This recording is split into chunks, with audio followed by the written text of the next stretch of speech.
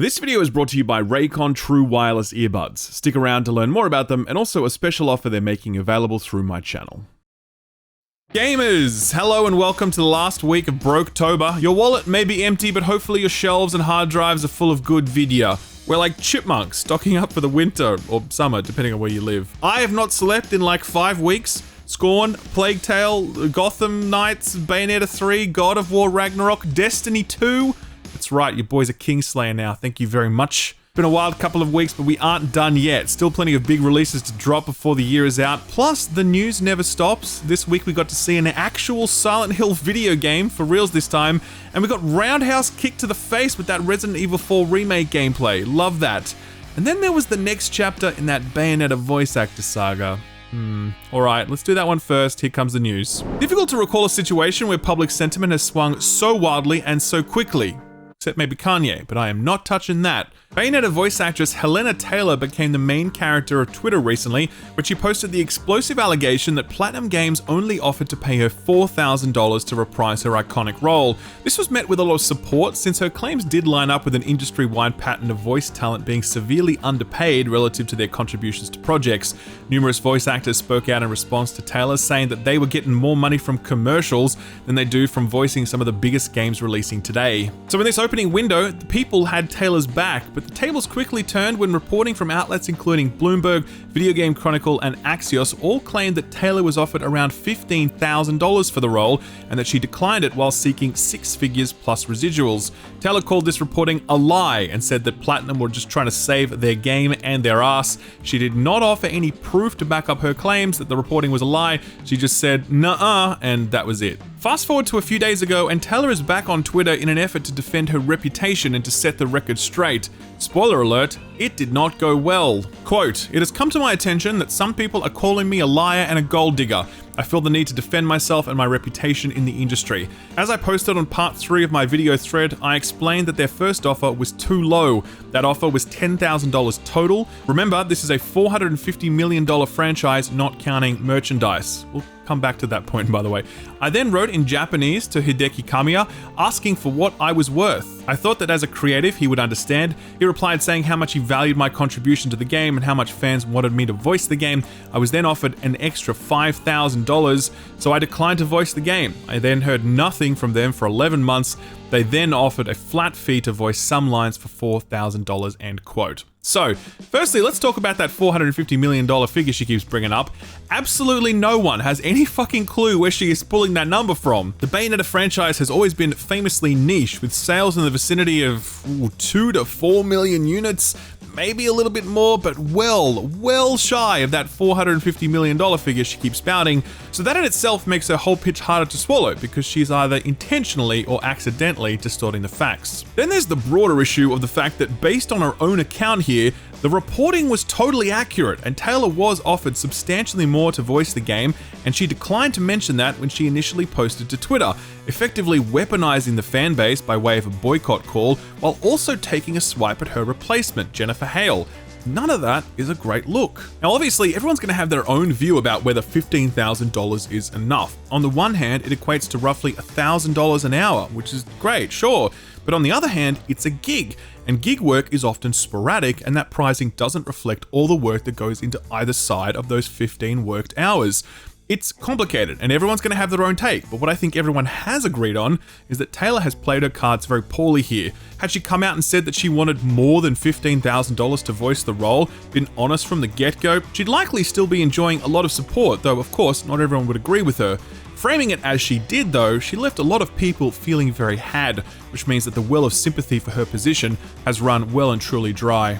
It doesn't help that she's also tweeting about corrupt media, who are owned by the publishers. It's like, come on dude, take the L. Obviously Taylor is frustrated and she feels undervalued, but besmirching the reputation of people just reporting the facts after you yourself confirm those facts, that is not going to help your situation. Anyway, Bayonetta 3 releases this week. I reviewed it, it's pretty great, and I think it will do a lot to clear the air after this whole unfortunate episode. Hopefully, That's the end of it, but you never know. Switching genres now, let's take a deep dive into the world of survival horror, because this week we saw the resurrection of not one, but two genre-defining survival horror titles, at the same time as we're about to get a Dead Space spiritual successor, and a Dead Space remake, and an Alone in the Dark reboot. Survival horror is back, baby. I guess you can thank Capcom's success with the reboots for that. This week, gambling conglomerate Konami decided that Silent Hill fans had suffered enough, or hadn't suffered enough, because they announced a Silent Hill 2 remake being developed by Bloober Team. Let's take a look. Could she really be here, waiting for me?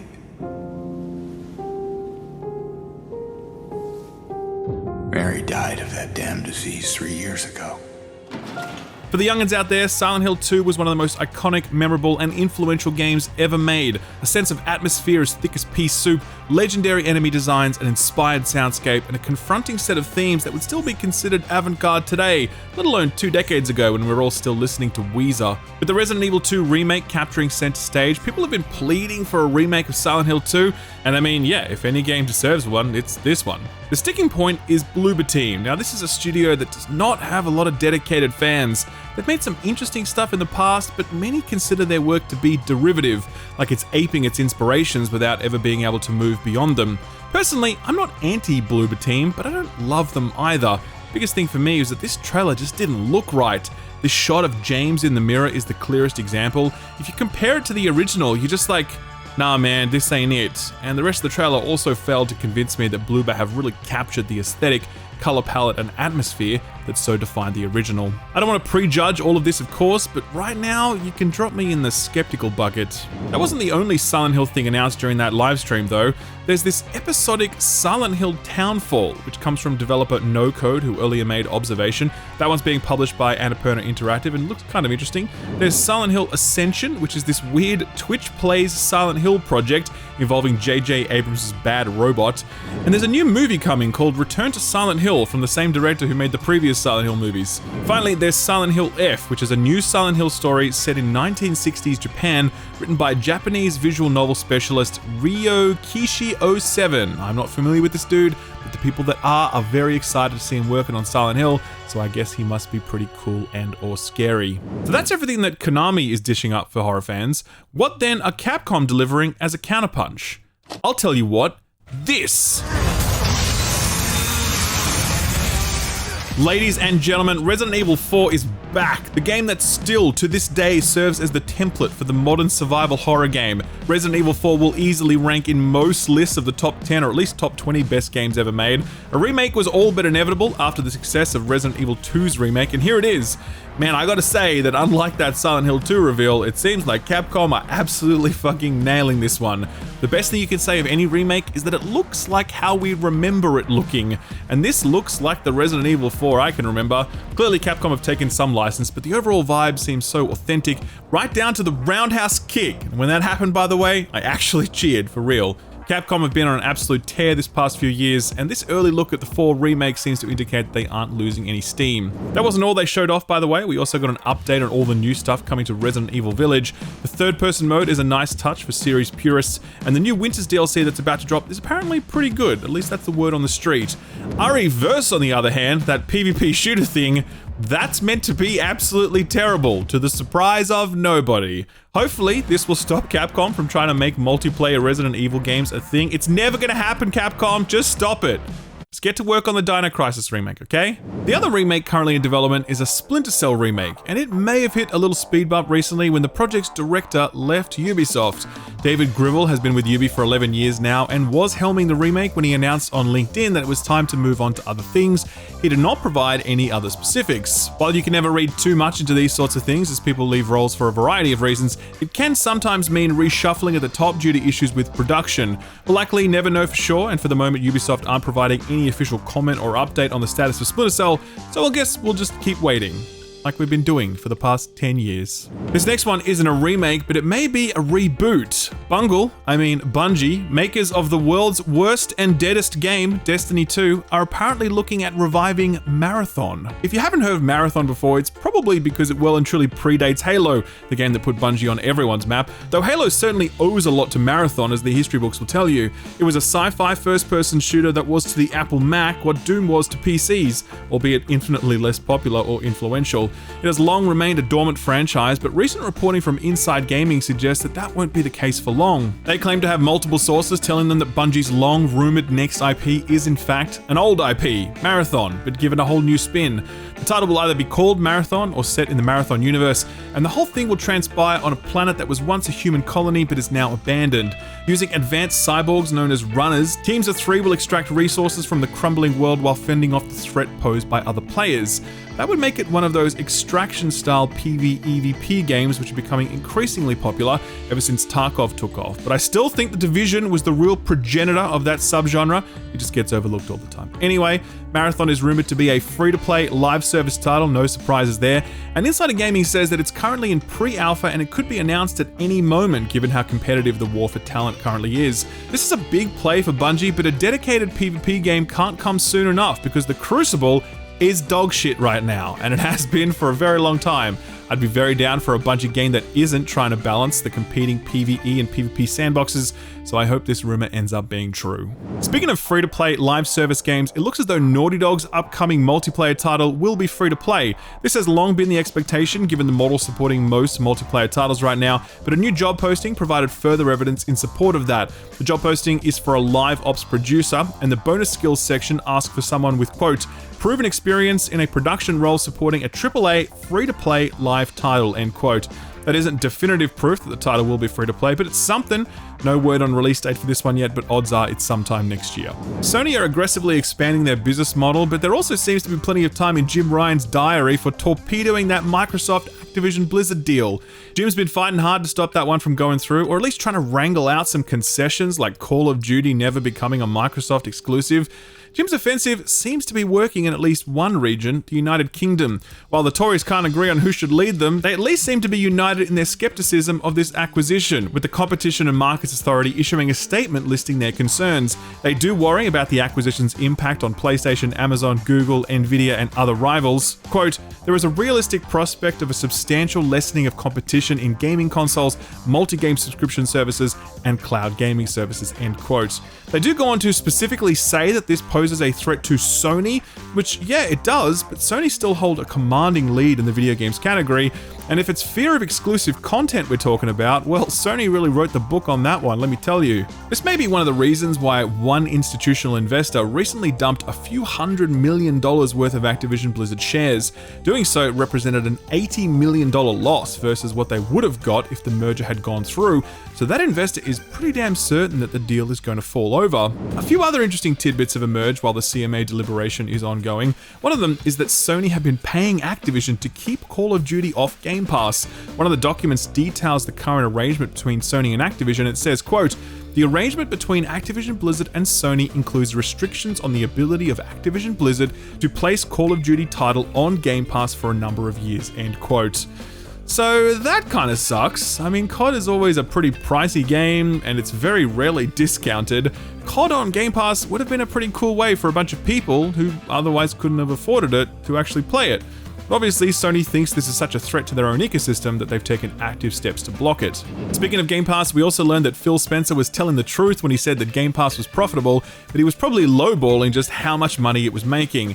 Part of their submission to the Brazilian regulator included some numbers that probably shouldn't have been in there, and that allowed us to see that Game Pass is raking in around $3 billion a year right now. And no matter how big the Game Pass library currently is, there is no way in hell they are spending anywhere near that amount to fill out that library, meaning that there is a lot of cream in that $3 billion.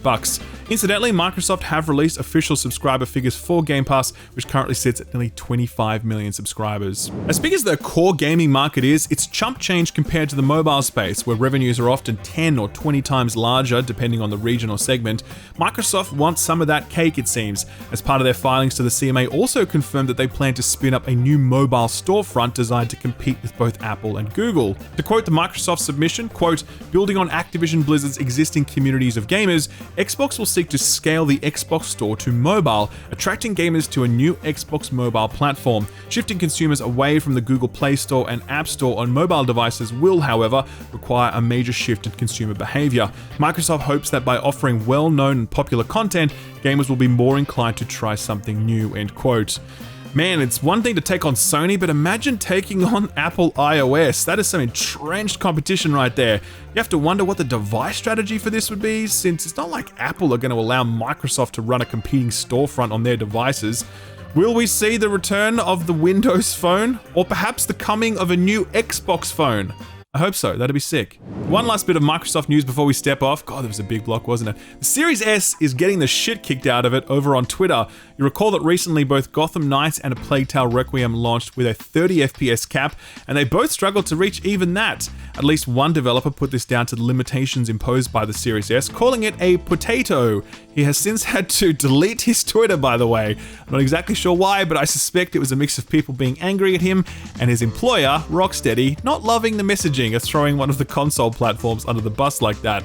After that, at least one other game dev has alleged that some developers are asking Microsoft if they can drop the requirement to ship games on Series S, allowing them to develop exclusively for the more powerful Series X. Ian McClure works at the indie Bossa Studios, who do games like I Am Fish and Surgeon Simulator, and he said on Twitter, quote, "It might sound broken, but the reason you are hearing it a lot right now is because many developers have been sitting in meetings for the past year desperately trying to get Series S launch requirements dropped. Studios have been through one development cycle where the Series S turned out to be an albatross around the neck of production, and now the games are firmly being developed with new consoles in mind. Teams do not want to repeat the process," end quote. He too has had to put his Twitter account on protected. Is what they're saying true? I don't fucking know, I'm not a game dev, but I will tell you this, I've heard this from at least one developer myself, so I don't think it's impossible, but at the same time, the lowest end PC hardware that recent games are being optimized for is less powerful than the Series S. So if they can make it work on PC, then they can make it work on the Series S. But yeah, I do know that that also holds back what games could be without such technological limitations. For now though, it's highly unlikely that Microsoft will make any changes to the Series S requirement. Only today, Microsoft's CEO said that nearly half of the people buying a Series S were new to the Microsoft ecosystem. It's the Game Pass box, that's its thing, and it's paying big dividends from Microsoft, and I think they're going to listen to that bottom line a lot more than they listen to the discourse on Twitter. So what got announced or delayed this week? Well, first up, Kerbal Space Program 2 got an early access release date. It is, of course, February next year, just like every other video game planning to release in 2023. It's the 24th to be precise, the same day as Kirby's Return to Dreamland drops. That's a lot of Curb for one day. Apparently there are a number of Digimon games currently in development, and one of them got a release date this week. Digimon World Next Order is going to be exclusive to the Switch and PC when it launches in... Say the line, Bart! February 2023. I've never played a Digimon game, and I don't imagine I'm going to start now, but I hope the Digi fans enjoy themselves. Mortal Kombat just turned 30 years old, and to celebrate, they announced a mobile game. Well, they did some other stuff as well, like some cool documentaries, but the only game announcement was for a new mobile title that's going to be a collection-based RPG thing. We talk about real-time group battles, so I don't know, gacha, Mortal Kombat, I guess. We'll find out when it arrives next year. The Crysis 2 and 3 remakes were earlier available on the Epic Games Store, but now they're coming to Steam on November 17th. You too can test the limits of your PC with a title that still, to this day, will melt your GPU if you aren't careful. The Sims 5 was announced this week as part of a Sims showcase hosted by EA. Developed by Maxis, the project is currently codenamed Renee and will feature both solo and co-op play as well as cross-play, facilitating play across multiple devices, confirming that a mobile port is also in the mix. A big focus on social play and collaborative design during the keynote, but few other details. Maxis says the title is early in development, so we shouldn't expect further details for a while yet. And finally, not an announcement per se, but at least a confirmation that a release date is holding. Insomniac this week confirmed that Spider-Man 2 is on track for a 2023 launch. Responding to a Twitter user about a potential delay, Insomniac said, quote, "Don't. We're making good progress and it's still slated for 2023. Showing games takes time, effort, resources, and coordination," end quote. In an era where basically every game gets delayed multiple times, into February 2023. It's nice to get a reminder that at least some of them are on track, at least for now. So what came out last week? A Plague Tale Requiem dropped, and I don't think it's an exaggeration to say that this is a solid Game of the Year contender, and I will be very surprised if it doesn't scoop up a whole bunch of nominations and wins. On Steam, the title sits at a very positive 88%, though I suspect that number would be higher if it weren't for the poor PC optimization. The critics were big fans of this one, putting it at a mighty 84 on OpenCritic. IGN scored this an 8, saying, quote, "A Plague Tale Requiem is a safe but exciting sequel with an impressingly alarming amount of rats," end quote. Game Informer had a good write-up, also scoring it at 8 and saying, quote, "At times it feels too long and oddly sadistic in its focus on inflicting fake-outs, pain and suffering on the Daruns. Other times, I admired Asobo's command of this series, its rat-infested stealth mechanics and its grandiose storytelling. Fortunately, the latter edges out the former, and Requiem feels like much more than just a follow-up," end quote. I also reviewed this one and I really enjoyed it, though I did find its pivot away from AA to full-blown AAA to be a little jarring, and I think something was lost in that process. I'll leave a link to my review below the like button, and don't forget that this one is also available on Game Pass. Ghostbusters Spirit Unleashed is that new asymmetrical PvP game where you play as either the Ghost or the Ghostbuster.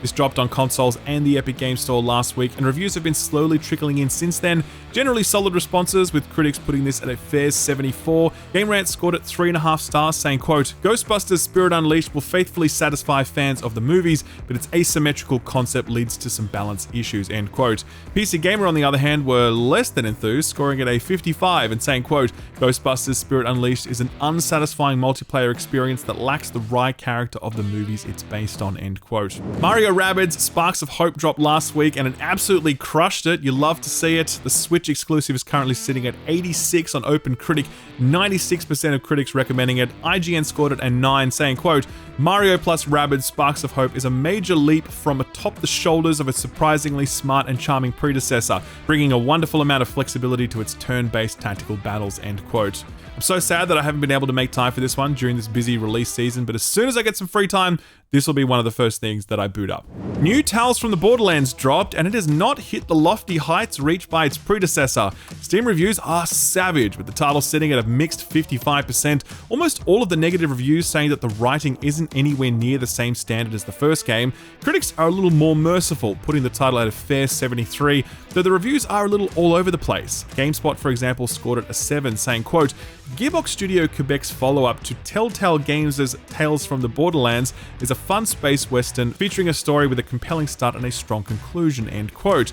Push Square though, oh man, okay, 3 out of 10. Listen to this, quote, "We can scarcely recall an occasion where we were more disappointed by a sequel than New Tales from the Borderlands. We wanted to love this, we'd have accepted liking it, but we hate this game. This is a 10-hour narrative adventure that feels 4 times as long as it needs to be, with dreadful characters and appalling, relentlessly unfunny jokes. It's a spectacular misfire, its only success to speak of being the rare example of a sequel so bad that it ruins the original too," end quote.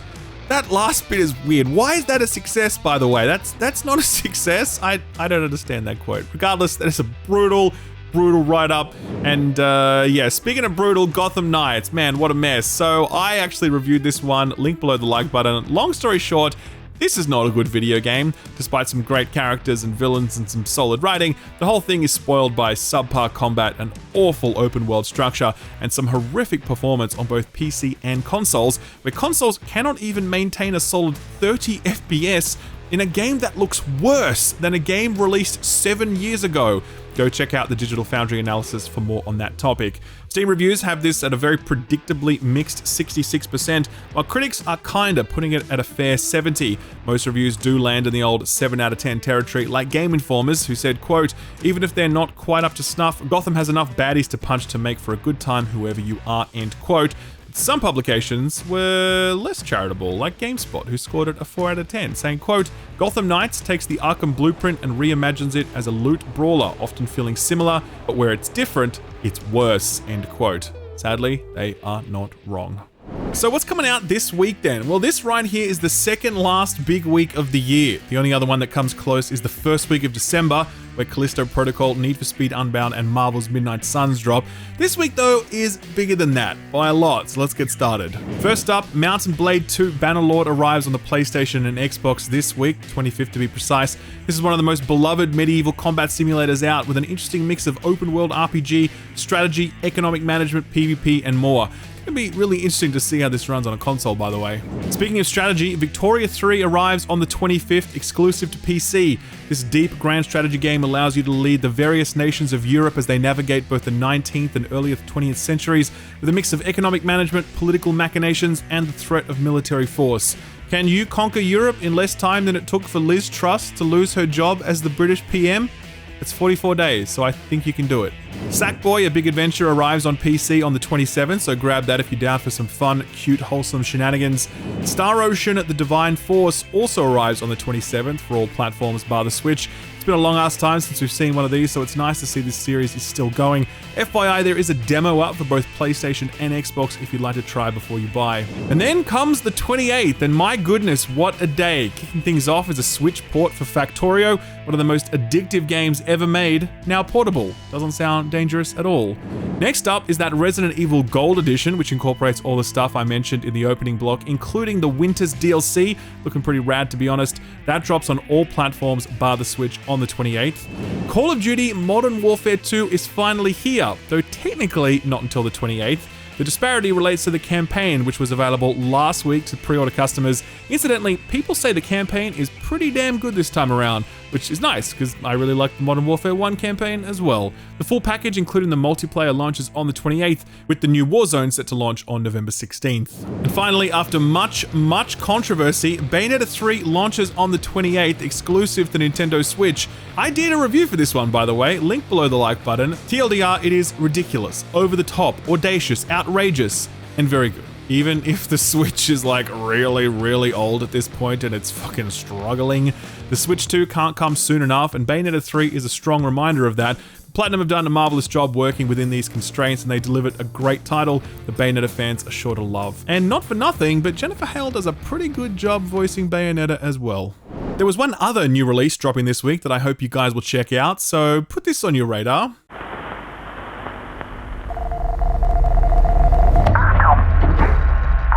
Einheiten. Im Falle einer Krisensituation oder eines feindlichen Angriffs. Ruhe bewahren. Umgebung vorsichtig mit Kartografiemodul erkunden. This is Signalis, and it's a PS1 era inspired survival horror game. I played it during a Steam Next Fest and absolutely loved it. It employs the fixed camera perspective that's gone the way of the Dodo now, but it's replaced the tank controls with a more modern setup.